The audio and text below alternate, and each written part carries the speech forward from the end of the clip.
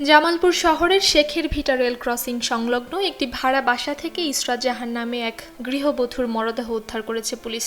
এ ঘটনার পর থেকে নিহতের স্বামী কাউসার আহমেদ পলাতক রয়েছেন।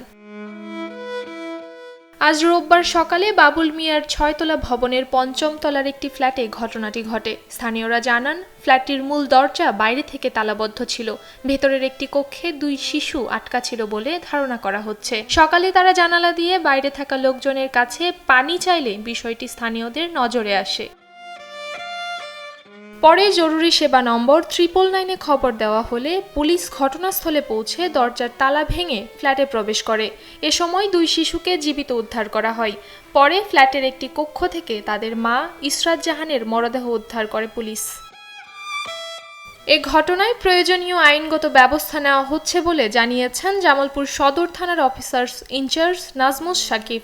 সকাল 8টার দিকে আমরা 999 থেকে একটা কল পাই যে এই 5 রাস্তা রেল লাইন সংলগ্ন আপনারা যে বাসা এই বাসায় দুটো বাচ্চা আটকা পড়ে আছে।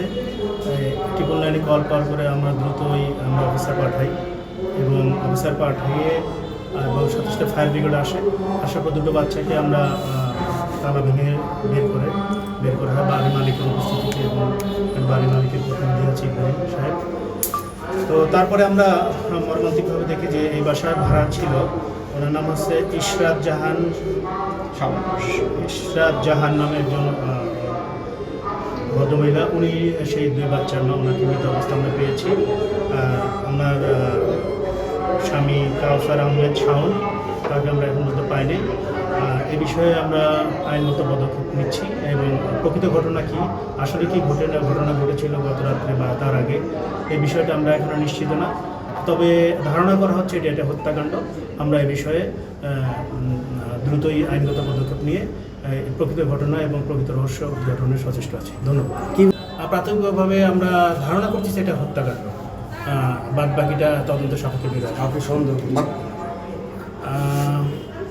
এই বিষয়টি তদন্ত এখনো কিছু বলা। তার শরীরে চিহ্ন বলতে তার হয়তো আমরা ধারণা করছি সাফোকেশনে, হয়তো মুখ চাপা বা শ্বাসরোধ করে হত্যা, এরকম কিছু একটা করতে পারে।